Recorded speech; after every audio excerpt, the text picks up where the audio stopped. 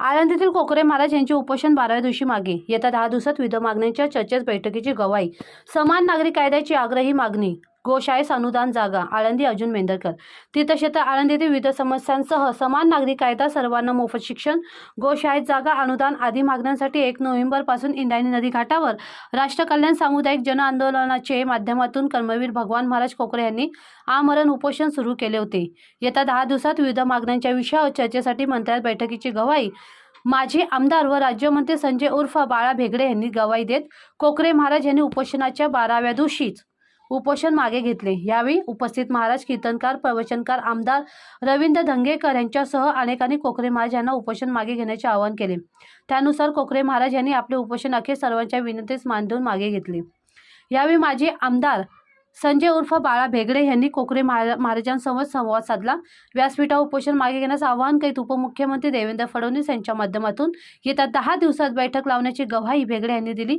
तसेच वारकरी संप्रदायातील उपस्थित महाराज मंडळी, पंढरपूर देहू देवस्थानचे विश्वस्त आमदार रवींद्र धंगेकर आदींनी रास्त मागण्या असल्याने यासाठी पाठपुरावा करून मागण्या मान्य होईपर्यंत पाठपुरावा केला जाईल असे सांगत उपोषण मागे घेण्याची केलेली विनंती यात प्रतिसाद देत कोकरे महाराज यांनी उपस्थित मान्यवरांच्या हस्ते जलपेय घेत उपोषण मागे घेतले. यावेळी हरिनाम, गजर आणि प्रसायदानाने उपोषणाची सांगता झाली. येथील इंद्रायणी नदी घाटा शेजारील विश्वरूप दर्शन शेजारी भगवान महाराज कोकरे यांच्या उपोषणास पाठिंबा देण्यासाठी मोठ्या प्रमाणात संस्था, सामाजिक कार्यकर्ते, वारकरी संप्रदायातील मान्यवरांनी भेटी दिल्या. या श्रीराम मंदिर न्याय अयोध्याचे खजिनदार आचार्य गोविंद देव गिरीजी महाराज, अक्षय महाराज भोसले, पुणे जिल्हा वारकरी महामंडळाचे अध्यक्ष विलास तात्या बालवडकर, संजय महाराज बालवडकर, प्रकाश महाराज बालवडकर, मोहन महाराज शिंदे, आळंदी शहर शिवसेना शहर अध्यक्ष राहुल चव्हाण, शिंदे गट आदींचा समावेश होता.